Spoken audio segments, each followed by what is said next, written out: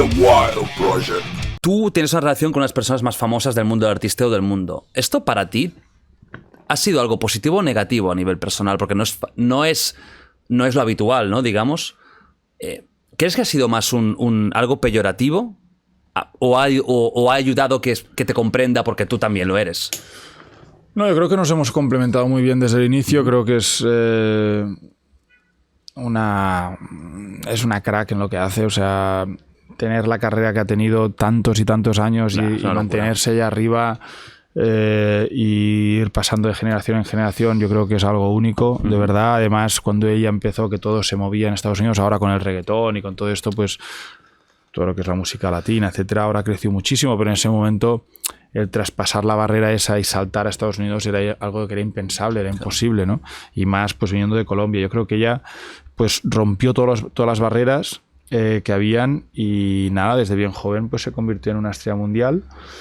Y yo creo que bueno, que siempre hemos sabido pues entendernos muy bien, tener un balance muy bueno en nuestra relación. Tenemos 2 hijos que son la hostia y nada, yo creo que solo me ha aportado cosas que positivas, la verdad.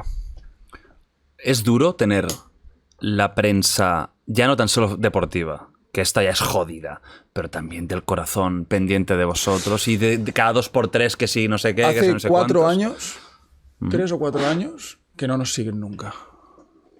¿A raíz de algo? Tiro unos huevos en el coche de uno de ellos. No, me lo te lo creo. juro.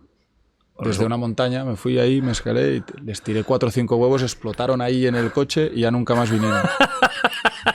Te lo juro. ¿Pero qué estabas de excursión?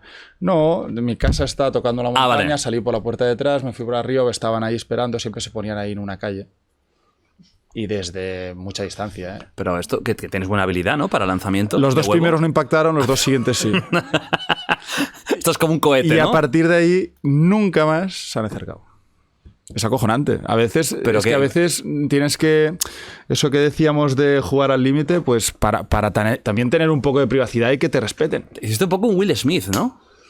Bueno, es distinto, ¿eh? Un poco distinto, ¿eh? ¿Entiendes de Will Smith? Si tú eres Will Smith y le hacen una broma... Es difícil poder comprenderlo, es difícil. Es difícil. Porque una cosa es que y creo que es muy importante valorar el contexto de dónde se hace. Claro. Es decir, si ahí viene un imbécil y te dice algo a tu mujer...